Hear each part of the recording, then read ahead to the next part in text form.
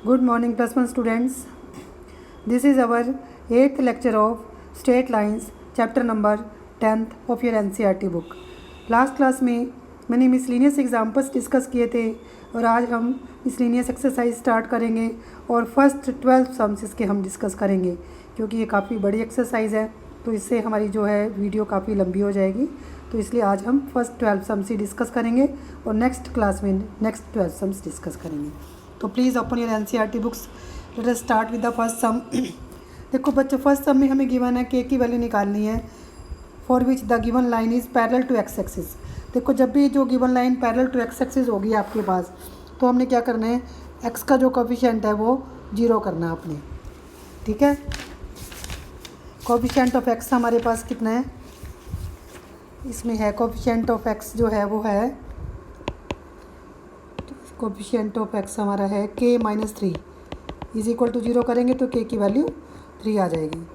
Second part में आपने करना है जो एक k की वैल्यू निकालनी for which the line is parallel to y axis. तो जब line parallel to y axis होगी तो कोफिशिएंट ऑफ y 0 करना आपने। तो कोफिशिएंट ऑफ y हमारा 4 - k का स्क्वायर इज इक्वल टू 0 करेंगे तो k की वैल्यू ±2 आ जाएगी। ठीक है, इस तरह से करना है। थर्ड में करना है, जो लाइन है ओरिजिन में से पास कर रही है, तो आप गिवन लाइन में x को 0 पुट कर दें, y को 0 पुट कर दें, तो आपके पास जो k की वैल्यू आ जाएगी वो बनेगा k-6। ठीक है, मतलब कि जो लास्ट में आप जब x एंड y 0 पुट करेंगे तो लास्ट में जो टर्म आपकी वो है, मैं लिख देती हूँ चलो, वो है k² - 7k + 6 is equal to 0 है।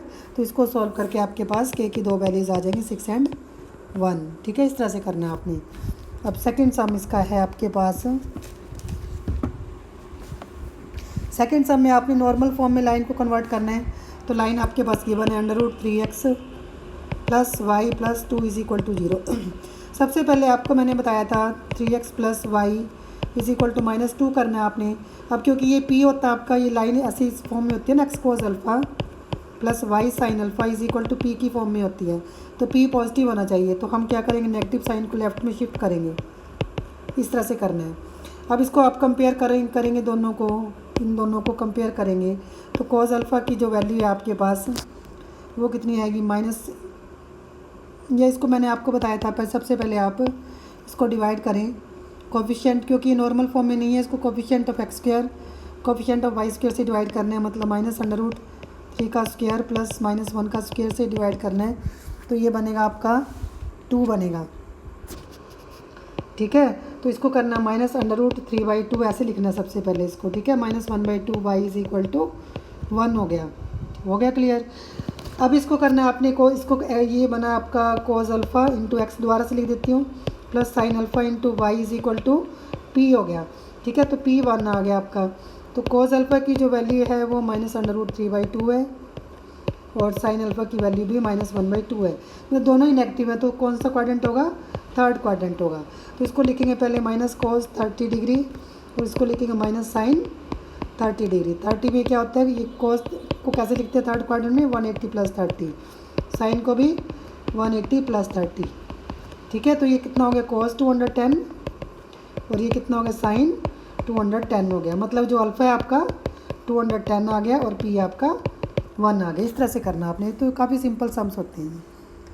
थर्ड सम है, ये भी काफ़ी अच्छा सम है, ईजी भी है सम। इक्वेशंस ऑफ लाइंस निकालनी है which cuts off intercepts on the axis whose sum and product are -1 and -6।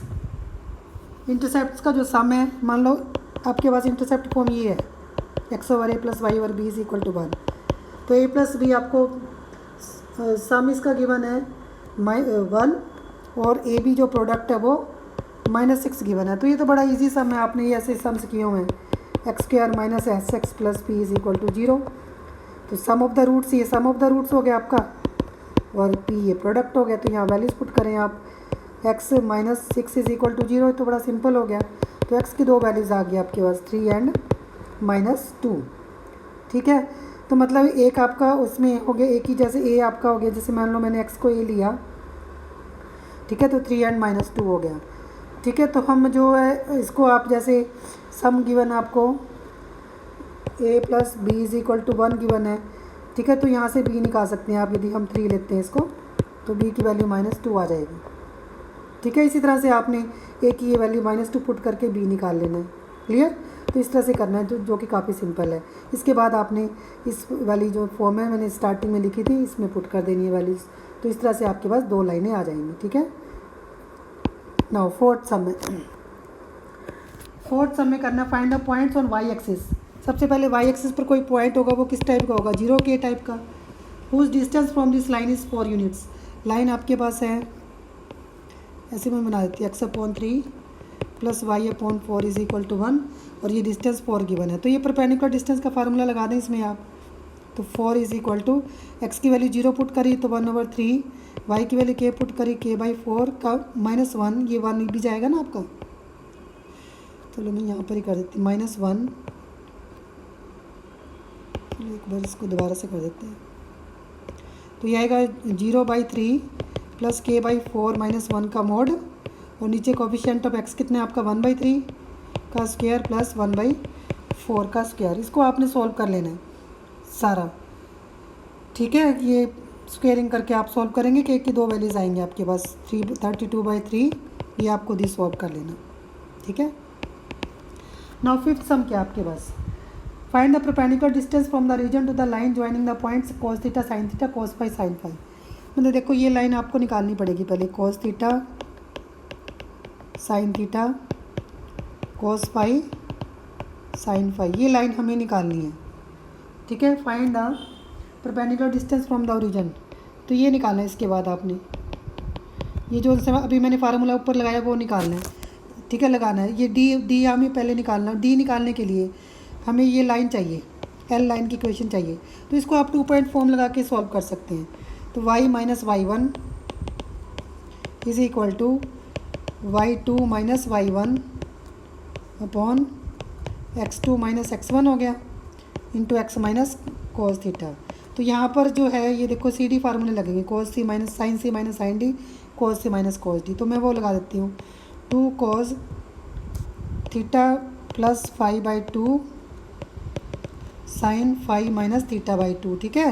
और नीचे जो है -2 sin c + d/2 ना ऐसे, और sin θ - φ/2 आ गया, ऐसे लाइन आएगी। काफ़ी लेंथी सम है, ठीक है। इसको आपने सॉल्व सारा कर लेना। अब मैंने सारा ये सॉल्व कर दिया आपके पास,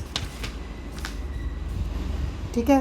तो इस तरह से जो लाइन बनेगी आपकी लास्ट में, इसको आप जब सॉल्व कर लेंगे तो लाइन आएगी आपके पास इसमें, क्योंकि एक तो कैंसिल ही हो जाएगा आपका ये वाला, 2 से 2 भी कैंसिल हो जाएगा। तो बड़ा सिंपल सम बन जाएगा। जो लाइन आएगी आपके पास x cos θ + φ/2 + y sin θ + φ/2 minus cos θ - φ/2 is equal to 0 आ जाएगी।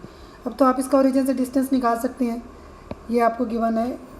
ये डी निकालना आपको। इसमें x 0 पुट करेंगे, y 0 पुट करेंगे तो क्या आएगा, मोड cos θ - φ/2, और नीचे जो है कोफिशिएंट ऑफ x का जो है वो cos है, cos के थीटा प्लस साइंस के थीटा कितना होता है, 1 होता है। cos square theta plus sine square theta, ये 1 हो जाएगा सारा, ठीक है। तो ये आंसर आ गया आपका, ऊपर वाला आपका आंसर आ गया। इस तरह से आपने सॉल्व करना है। नाउ क्वेश्चन नंबर 6 है, find the equation of the line parallel to y axis जो होगी and draw through the point of intersection of 2 lines. ये आपको 2 lines given x - 7y + 5 is equal to 0, और सेकंड लाइन गिवन है 3x plus. पहले तो इनको आप सॉल्व करें, इनको सॉल्व करके आप 1 और 2 को सॉल्व करना आपने। तो आप देखेंगे जो पॉइंट आएगा आपका x एंड y, चलो मैं लिख देती हूँ, एक्सिस आपका आएगा -5/22। इसको खुद ही सॉल्व करना आपने, ठीक है। ये पॉइंट आ गया। अब तो आपने क्या निकालना है, एक लाइन निकालनी जो पैरेलल टू वाई एक्सिस होगी और इस पॉइंट में से पास करेगी। तो मतलब क्लियर ही है, फिर तो आपको वाई एक्सिस के पैरेलल होगी तो x is equal to some constant होता है ना। तो इस पॉइंट में से जब पास करेगी तो ये लाइन कौन सी आएगी आपके पास, यही लाइन आ जाएगी, x इज इक्वल टू -5/22, क्योंकि ये पॉइंट P आपका है जो हमने ये निकाला है, x एंड y, ठीक है। इस तरह से करना आपने। तो x is equal to some constant होता है, तो ये कांस्टेंट कौन सा होगा, जो ये पॉइंट होगा इसका x कोऑर्डिनेट होगा P पॉइंट का, P पॉइंट का x कोऑर्डिनेट किया -5/22।